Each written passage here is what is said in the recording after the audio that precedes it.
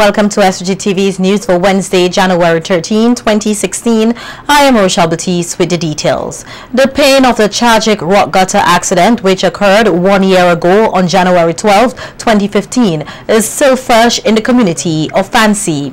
But as we will hear in a report by Sharon Garwe, the support continues to be an underlying source of healing for the families of the 7 victims. The outpouring of love was felt on Tuesday, January 12, 2016, as family, friends and persons from all walks of life gathered at Rock Gutter, the actual site where 7 students lost their lives exactly 1 year ago when a minivan they were heading to school with went over an embankment and into the sea. The grieving process began with a candlelight vigil the night before on Monday, 11th January. This was followed by a wreath-laying ceremony on the actual day of the tragedy, January 12, which occurred 1 year ago. The bodies of the 7 deceased students, 2 of which were never recovered from the sea, they are Chanstacia Stay and Simonique Ballantyne, had their remembrance wreaths placed along the light pole. A number of gospel songs were belted out, and Prime Minister Dr. Ralph Gonsalves, as well as Opposition Leader Arnhem Eustace, also interacted with the gathering, particularly the youngsters, who were evidently still missing the deceased. The gathering then went on to the Fancy Cemetery, where Glenroy Michael, Anik Alexander, Raquel Ashton, and brothers Jamal and Jamali Edwards, the 5 other students, were laid to rest. Then, at 2 p.m., an official memorial service was held at the Fancy Hard Court. As the reflection and tributes were being expressed, similarly, the tears began to stream down the faces and voices began to crack with emotion. On January 12, 2015, the North Union Secondary School lost 4 outstanding students. There is no doubt about that. As the news roll over, I didn't know what to say, so I took pen and paper. Why did you rock me so? Why did you hurt me so? Nobody ever treated me so. I knew of no one who hated them. They were the apple of every eye. Any conflicts we all once had are now by the by. We cannot bring them back. And as someone said, we still have their memories. But I want you to recognize that life is indeed short. And it is for you to maximize your time here on this side. Is not there. Then I remember, you're not there, but right here. Your bright smile, your laughter. We, the parents, have our own expectation of our children. The events of that day would have deprived Raquel of her life's ambition. The event of that day have deprived us of a daughter who had brought joy to our life. And he has not changed. Not changed. He's still God. Yes, he's still God. And he's fighting for us. Opposition Leader Arnhem Eustace emphasized the importance of the country learning from the tragedy to be closer to God. Has the tragedy brought us nearer to our God? What have we done in this regard? Has the tragedy taught us more to be our brother's keeper? Prime Minister Dr. Ralph Gonsalves also outlined the importance of comforting not only those who lost loved ones, but the survivors as well. He also announced that some $4,000 was raised from the sale of a tribute gospel CD, which was an initiative by his staff. We must not assume that normalcy has been returned. And I'm pleading with persons who are in positions in the schools and in the relevant ministries which I've just mentioned to pay great attention. And I want to ask the community to make the requisite demands and the pleas to help in the process. Pastor Sigmund Wiggins, through his sermon, underscored the message that God is faithful in good as well as catastrophic times. He preached that though it is difficult to move on, they should not get stuck in the tragedy of life. We can spend our lives in the hallways, stuck between the big room of a regrettable yesterday from which we cannot get free, and the fantasy of a large room of tomorrow to which we are going. We have to decide whether we will be stuck in the hallway of a yesterday where tragedy struck, or we will look forward to a tomorrow when Jesus will come. Sharon Garraway, SVG Television News. And Air Representative Montgomery Daniel called on the community to keep the lives of the youngsters alive through the memories they shared. This community of Fancy was shocked. Shocked indeed, because for the first time ever, there was such an unfortunate incident that caused tremendous mourning across St. Vincent and the Grenadines. But over time, the community has responded well. But one Calypsonian said, memories are like gold. You and I, we have to live with it. And so,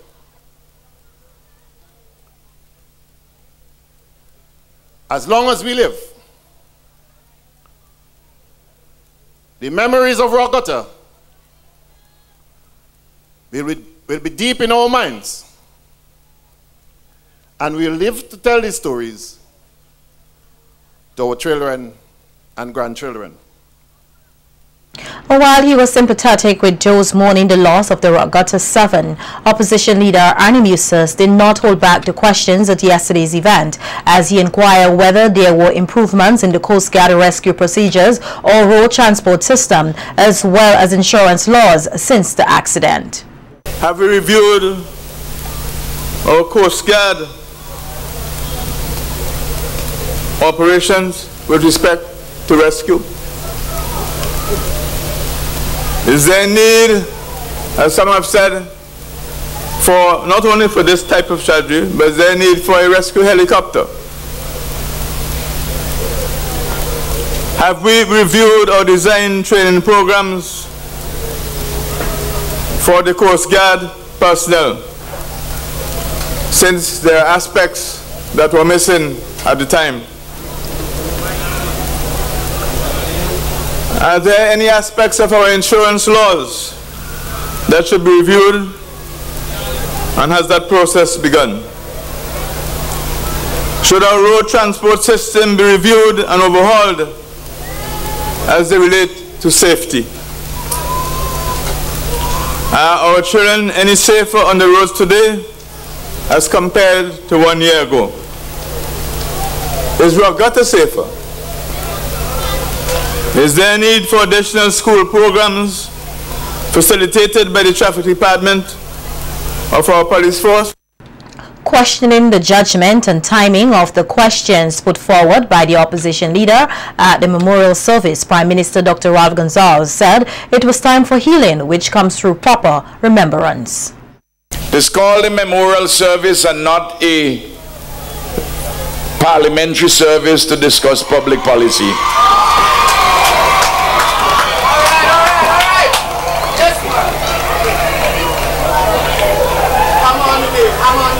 It is a memorial service because we are addressing, first of all, memory and remembrance.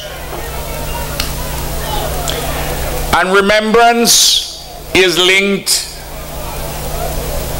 to healing. Remembrance possesses several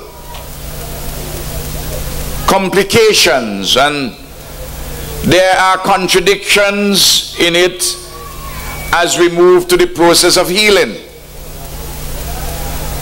We have to get on with our lives, but we can't get on with our lives until we remember properly so that we can heal. In other news, members of the Anglican faith along with other members of the Vincentian public were given the opportunity earlier today, Wednesday, January 13, 2016, to view the body of the late Reverend Patrick McIntosh at the St. George's Cathedral following a procession along Grenville Street in capital Kingstown. Affectionately known as Father Mac, persons described him as a gentle, kind-hearted and devoted individual.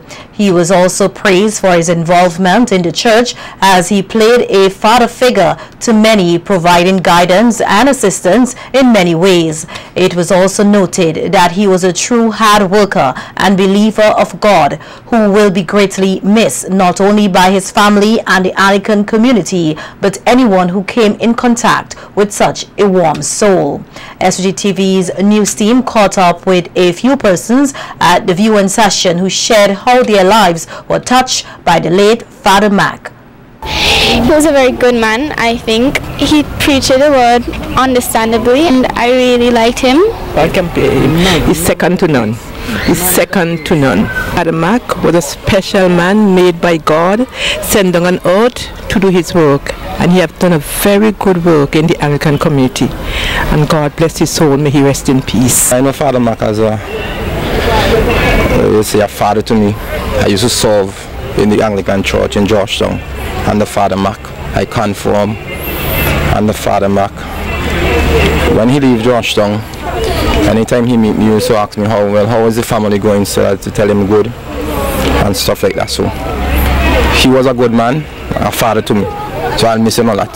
Came to work in Georgetown at Holy Trinity, where I know him, and he was a very, very nice priest.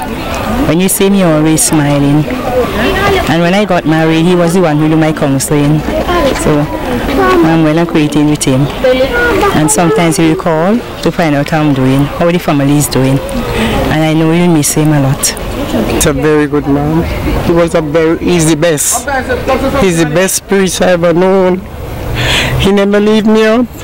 Come to Georgetown, he spent all his time and he never leave me out. And when he come to Georgetown, he never come and visit me. All when my husband died. Thank him, Lord, for his kind mercy and his tender care. It was a genuine prayer, very genuine prayer. We can miss him. Not we alone. The whole Anglican community can miss Mac. As I said, he had some peculiar ways, but that was Mac. Can't change Mac. There's so many things I remember about Father Mac. He was my mentor, and through him I became a lay reader in the Anglican Communion. And he spent about 17 years at Holy Trinity, and I was a priest warden. We had a good working relationship, and things were going good. They were there to support the family. When my mother died, he was there. And now it's like a shock to us, you understand, when anything happened. He spoke to me, I think it's the Sunday after New Year's, and then lo and behold, Tuesday he was gone. He'll be sadly missed. May God rest him. The funeral service of the late Very Reverend Patrick McIntosh will be held this Friday, January 15, 2016 at the Victoria Park from 2 p.m.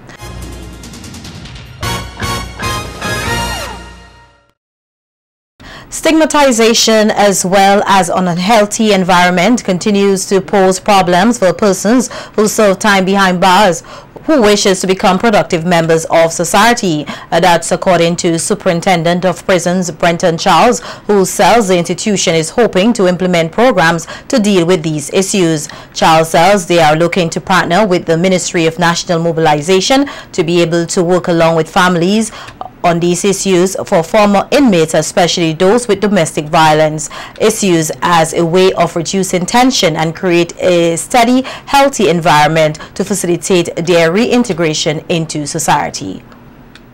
One leaves the institution, they know they're going to a steady home, an area where they are accepting, where people understand, you know, the issues surrounding their incarceration, and so be in a position where they can embrace them, where they can, you know, reach out to them, where they could relate to them, and so forth. So that program would be starting shortly. You know, it's with the Ministry of National Mobilization, and I think it would be a fantastic program whenever it's off the ground. It can serve as a pretty stabilizing factor for our inmates, really, making life a lot easier for them reintegrating. Child cells former inmates often face stigmatization, which can hamper their progress to become productive members of society, and his institution will be working hard to change the public perceptions of these persons. The problem of stigmatization. We haven't done anything sufficiently in the past to try to bridge the gap between public and but one program that we use to sort of try to bridge that gap is our Talent Behind the Wall program. The inmates go out and perform, sing songs, and, you know, do a host of things for the public. We use that program as a bridge, you know, to lessen or eradicate that whole stigmatization issue altogether. In the future, we're going to work harder to try to bridge that gap, you know, so that the public could understand, well, I mean, these are people as well. They did wrong things, yes. They came to prison, they served their time, and therefore deserve a chance to live as such in society.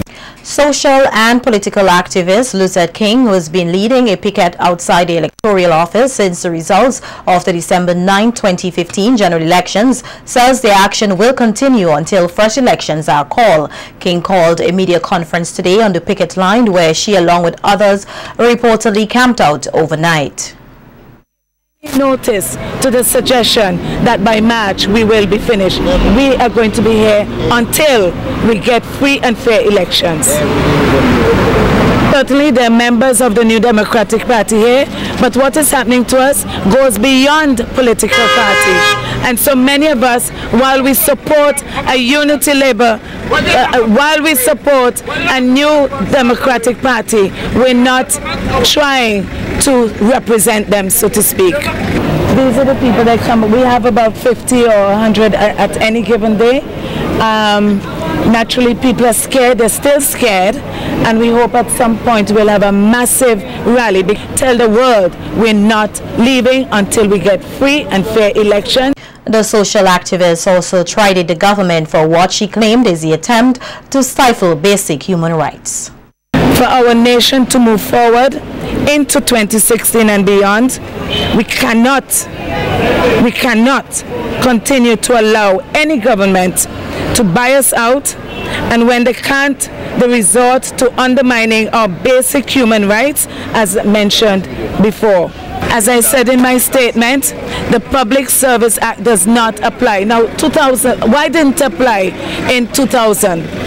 When we had politicians who are in Parliament, who are in Parliament right now, blocking the roads, preventing people from going to hospitals seeking emergency care. It didn't apply then. Why should it apply now?